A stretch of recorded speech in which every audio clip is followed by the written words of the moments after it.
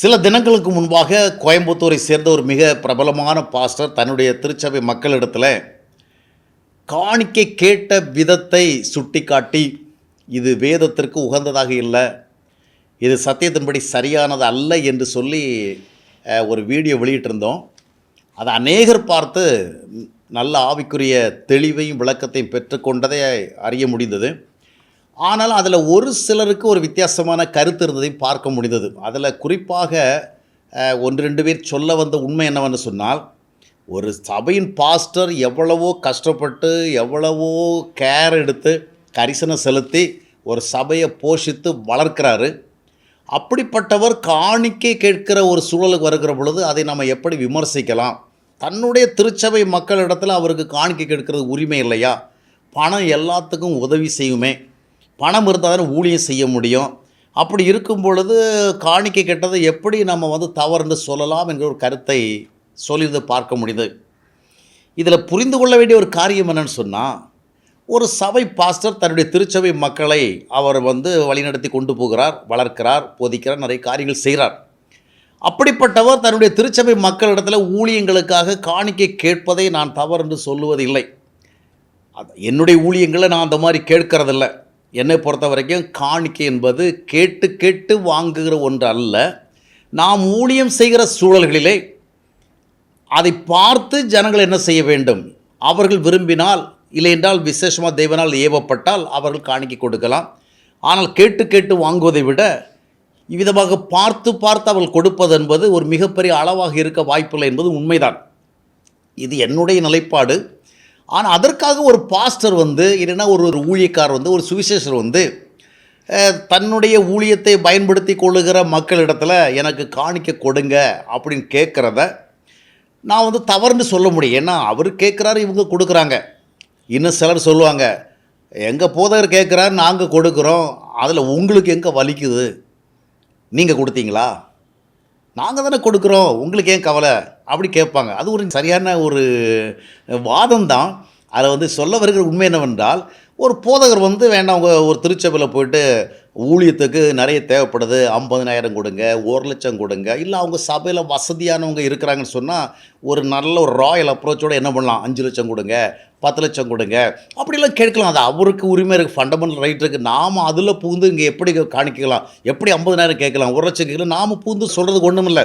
அவங்க திருச்சபை மக்கள் பில்லிங்காக கொடுக்குறாங்க, அவருக்கு கேட்குறதுக்கு உரிமை இருக்குது, அவங்களுக்கு கொடுக்கறதுக்கு உரிமை இருக்கிறது. நாம் தூரம் இருந்து கொண்டு நீங்கள் ஏன் இப்படி கேட்டீங்க, நீங்கள் ஏன் இப்படி கொடுத்தீங்க அப்படி சொல்ல நமக்கு உரிமை இல்லை.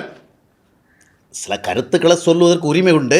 ஆனாலும் ஒரு கோணத்தில் பார்க்கும் பொழுது இவ்விதமாக சொல்ல உரிமை இல்லை. இப்போது ஏன் இது போன்ற காணிக்கைகளை பாஸ்டர் கேட்கும் பொழுது அந்த கேட்குற விதங்களை நாம் சுட்டி காட்டி இது தவறுன்னு சொல்லுகிறோம் என்றால், அவர் கேட்குறாரு, ஜனங்கள் கொடுக்குறாங்க, அது அவங்களுடைய விருப்பம். ஆனால் கேட்கின்ற விதங்களிலே இது வேதத்தில் சொல்லப்பட்டிருப்பதை போன்ற ஒரு காட்சியை உருவாக்கி காண்பித்து வேத அடிப்படையிலே கேட்கிறோம் என்ற ஒரு தோற்றத்தை கொடுக்கிறார்கள் அல்லவா, அதைத்தான் நாங்கள் தவறுன்னு சொல்லுவோம்.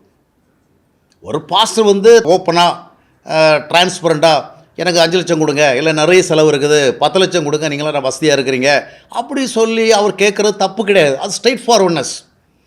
ஆனால் வேதாகமத்தில் சொல்லப்படாத ஒன்றை சொல்லப்பட்டது போல காண்பித்து நீங்கள் காணிக்க கொடுங்கள் என்று கேட்கிறார் பாருங்கள். அது ஒரு தவறான முன்மாதிரி என்பதால் தான் அதை சுட்டி காட்டுகிறோம். ஏனென்றால் இங்கே சம்பந்தப்படுவது வெறும் காணிக்கை கேட்டலும் கொடுத்தலும் அல்ல.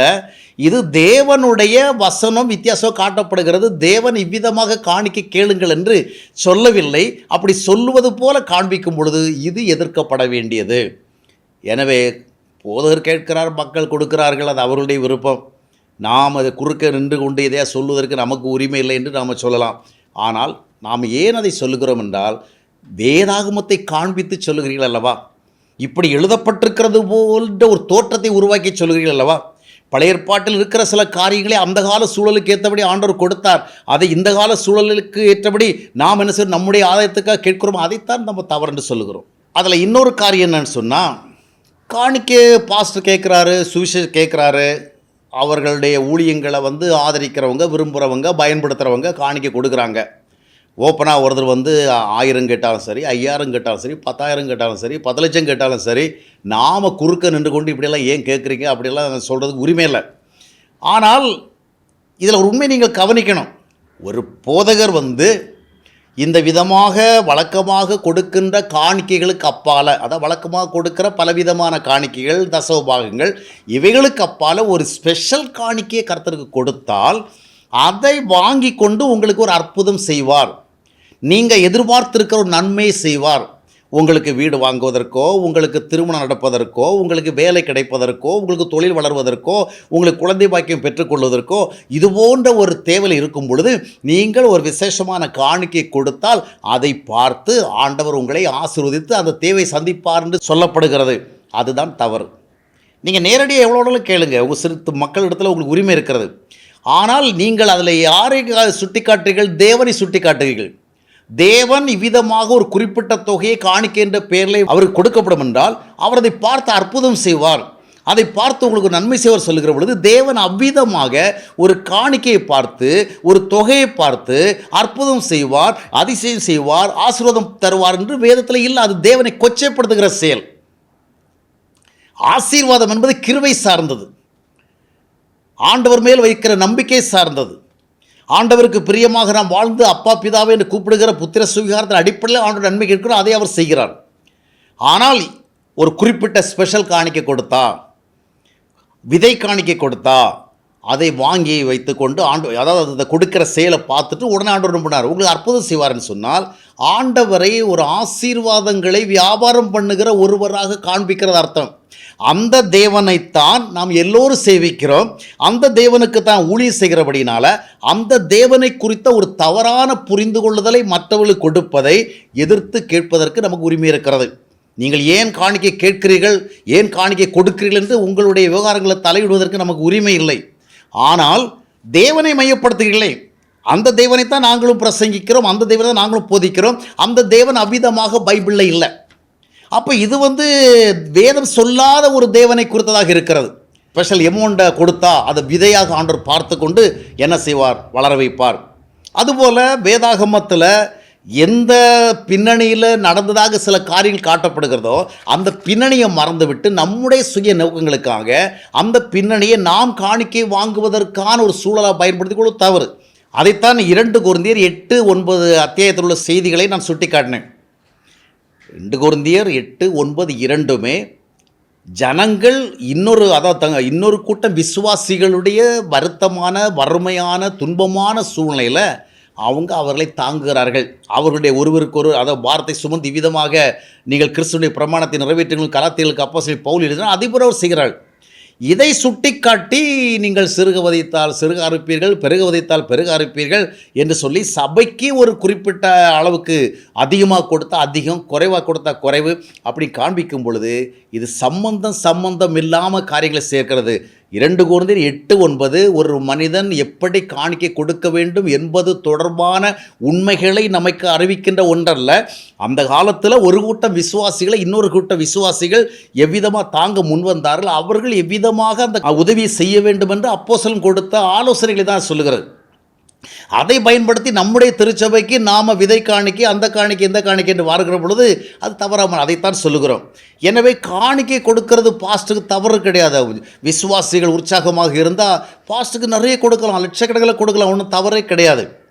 ஆனால் அந்த பாஸ்டர் காணிக்கை கேட்குற மோடு, அதாவது தி வழி, அது வேதத்துக்கு முரண்பாடாக இருக்கக்கூடாது. ஏதோ ஆண்டவர் அற்புதம் செய்வதற்கு பணம் வாங்குகிறவர் என்கிறது போல ஒரு தோற்றத்தை கொடுக்கக்கூடாது. அப்படி சொல்கிற யாருக்கும் ரைட்டு கிடையாது. உங்களுக்கு என்ன வந்தது? அந்த தேவனுக்கு தான் நாங்கள் ஊழியம் செய்கிறோம், அந்த ஆண்டவரை குறித்து தான் நாங்கள் பேசுகிறோம். எனவே அந்த ஆண்டவரை குறித்து நீங்கள் தவறான ஒரு தோற்றத்தை கொடுக்கும் பொழுது, தவறான புரிந்து கொள்ளலை கொடுக்கும் பொழுது அதை தவறு என்று சுட்டி காட்டுவதற்கு உண்மையான எந்த ஒரு ஊழியக்காரனுக்கும் உணர்வும் உண்டு, உரிமை உண்டு. மூன்றாவதாக, ஒரு திருச்சபைக்குள்ளே இந்த காரியம் நடந்தால் கூட அதில் நமக்கு தலையிடுறதுக்கு ஒன்றும் இல்லை. அது அந்த திருச்சபை மக்களுடைய ஆவிக்குரிய நிலைமை. பாஸ்டர் என்ன சொன்னாலும் அவங்க நம்புகிற லெவலில் இருக்கிறாங்களோ அது அவங்கள சார்ந்தது. நாம் அவங்களுடைய இன்டர்னல் மேட்டர்ஸில் போயிட்டு இன்டர்ஃபியர் ஆகி ஒன்றும் பண்ணுறதுக்கு இல்லை. ஆனால் இன்றைக்கு அப்படி இல்லை. காணிக்கை கேட்கிற விதங்கள் ஆன்லைன் மூலமாக, சமூக ஊடகங்கள் மூலமாக ஒட்டுமொத்த உலகத்துக்கே தெரிவிக்கப்படுகிறது. அப்போ இதை சபை எல்லைகளுக்கு கடந்து அநேகர் பார்க்கிறார்கள். அநேகர் பார்க்கிற பொழுது அநேக விசுவாசிகளுக்கு அது ஒரு தவறான முன்மாதிரியாக இருக்கிறது. அநேகர் அதை பார்க்கிற பொழுது தவறாக ஒரு புரிந்து கொள்வதை அவர் பெறுகிறார்கள். இப்போ தனிப்பட்ட முறையில் விசுவாசிகளிடத்தில் காணிக்கை கேட்கிறோம், அங்கே போய் நாம் தலை நுழைக்கிறது ஒன்றுமே கிடையாது. ஆனால் இதை நீங்கள் லைவில் போட்டு அது அநேகர் சரிகளோ அநேக போதகர்கள் இந்த வழி தான் பின்பற்றுவாங்க. விதை காணிக்கை என்ற ஒரு காணிக்கையை புதிய ஏற்பாடு சொல்லவே இல்லை. அப்படி ஸ்பெஷலான ஒரு ஆஃபர்ட்டை கொடுத்தால் அதை பார்த்து ஆண்டவர் உங்களுக்கு அற்புதம் செய்வார், உங்களுக்கு அற்புதம் வேணுமோ இந்த மாதிரி காணிக்கை கொடுங்க, அப்போ ஆண்டவர் அற்புதம் செய்வார் என்று சொல்லும்படியே பேதத்தில் ஒன்றுமில்லை. அதை நீங்கள் வெளியரங்கமாக செய்கின்ற பொழுது அப்பொழுது என்ன நடைபெறுகிறது? ஒட்டுமொத்த உலகத்தில் இதை பார்ப்பது வாய்ப்பு பெறுகின்றனர். அதனால் அநேகருக்கு தவறான முன்மாதிரியாக மாறுகிறது. அப்போ வேத அடிப்படையற்ற ஒன்று, வேதத்துக்கு முரண்பாடான ஒன்று, சத்தியத்திற்கு எதிரான ஒன்று, இவ்விதமாக அநேகருக்கு ஒரு தவறான ஒரு முன்மாதிரியாக மாறுகிற பொழுது அதைத்தான் தவறு என்று சுட்டி காட்ட வேண்டிய தேவை ஏற்படுகிறது. மற்றபடி விசுவாசிகள் தாங்கள் மனமும் தாங்கள் நம்புகிற ஊழியக்காரர்களுக்கு அள்ளி கொடுக்கும் பொழுது அதில் போய் தலையிட எந்த ஊழியனுக்கும் உரிமை இல்லை என்று சொல்லலாம். எனவே பொதுமக்களுக்கு தெரியும்படியாக நாம் போதிக்கிற எந்த ஒரு போதனையும், சொல்லுகிற எந்த ஒரு சொல்லும், நாம் காண்பிக்கிற எந்த ஒரு விஷயமும் வேதத்துக்கு முரண்பட்டதாக இருக்கும் பொழுது, சத்தியத்துக்கு முரண்பட்டதாக இருக்கும் பொழுது அது அநேகருக்கு இடர்தலுக்கு ஏதுவான தவறான முன்மாதிரியாக மாறிவிடக்கூடாது என்பதற்காக நாம் இதை சுட்டி காட்ட வேண்டும். அதை சுட்டி காட்ட வேண்டியது உண்மையான சத்தியத்தை அறிந்த ஒரு ஊழியக்காரனுக்கு அவசியமாக இருக்கிறது. எனவே விசுவாசி ஒன்று நினைக்க வேண்டும், காணிக்கை கொடுக்கறதுல என்ன தப்புங்கிறது இல்லை, காணிக்கை கேட்கிற விதம் வேத சத்தியத்தின் அடிப்படையில் தவறாக இருக்கிறது. அது தேவனை குறித்த தவறான புரிந்து கொள்வதை கொடுக்கிறது. ஆசீர்வாதங்களை பெறுவதற்கு ஜனங்கள் தவறான வழிகளை பின்பற்றுவதற்கு அது வழி ஏற்படுத்துகிறது. எனவே அவற்றைத்தான் வேத வெளிச்சத்தில் ஆராய்ந்து வெளிப்படுத்துகிறோம். அது சொல்ல வேண்டியது அவசியமாக இருக்கிறது என்பதை எல்லோரும் புரிந்து கொள்ள வேண்டும்.